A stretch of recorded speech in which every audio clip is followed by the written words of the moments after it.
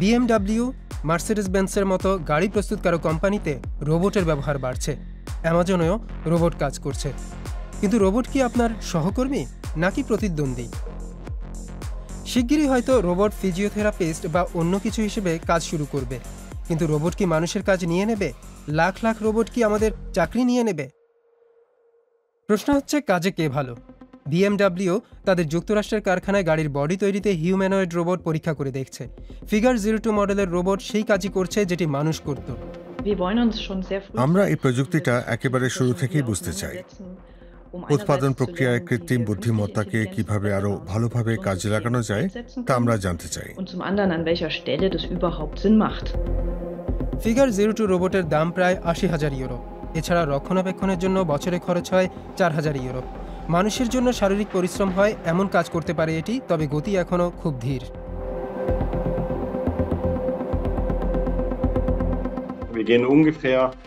আমরা ধরে নিই যে রোবট একজন মানুষের 40 থেকে 50% কাজ করতে পারে।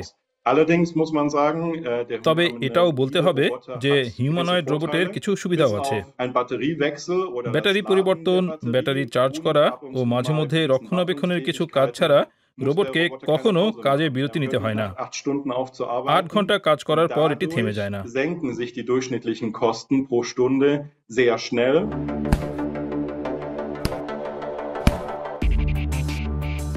রোবটকে দিয়ে কাজ করানোর আগে তাকে দেখাতে হয় কি করতে হবে।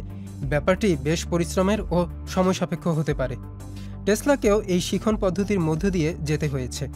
রোবটকে দিয়ে এই মুহূর্তে একেবারে সাধারণ কাজ ছাড়া অন্য কিছু করানো সম্ভব নয়। যেসব বড় কাজ সম্পাদন করতে অনেক ছোট ছোট কাজ করতে হয়, যেসব কাজ করতে মানুষকে খুব নমনীয় থাকতে হয়, সেসব কাজ করতে রোবট এখনও মানুষের চেয়ে অনেকখানি পিছিয়ে আছে। এছাড়া যেসব কাজ খুব জটিল, অর্থাৎ একটা জিনিসকে শুধু A থেকে B অবস্থানে নিয়ে যাওয়ার মতো সহজ নয়, সেসব কাজও রোবটের জন্য কঠিন।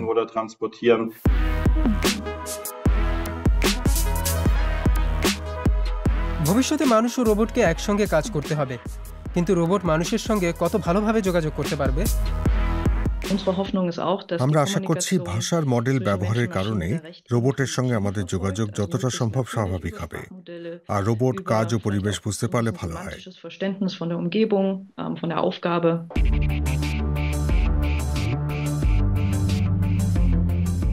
চীন 2025 সালে উৎপাদন প্রক্রিয়ায় যুক্ত করা সম্ভব এমন রোবট তৈরি শুরুর পরিকল্পনা করছে। তবে বিষয়টি সম্ভবত কিছুটা অবাস্তব। আগামী 2 থেকে 3 বছরের মধ্যে উৎপাদন প্রক্রিয়ায় যুক্ত করা সম্ভব এমন রোবট তৈরি সম্ভব হতে পারে। মানে আমি বলবো 2026 থেকে 2028 সালের মধ্যে। এরপর থেকে উৎপাদন প্রক্রিয়ায় রোবটের ব্যবহার বাড়তেই থাকবে। তার আগে রোবটকে আরও কিছু কাজ শিখতে হবে, শুধু এমনটা নয়।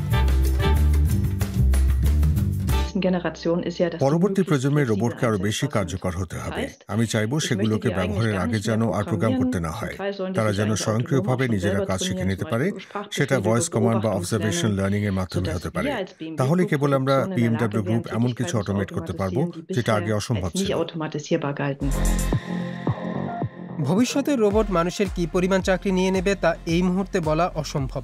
বেতন খাতে কয়েক মিলিয়ন ইউরো বাঁচাতে চায় গাড়ি শিল্প। তবে উৎপাদন খাতে মানুষের প্রয়োজন থাকবে অন্তত অদূর ভবিষ্যৎ পর্যন্ত। আর মাত্র কয়েক বছরের মধ্যে রোবট আমাদের নিত্যদিনের জীবনের অংশ হয়ে উঠবে।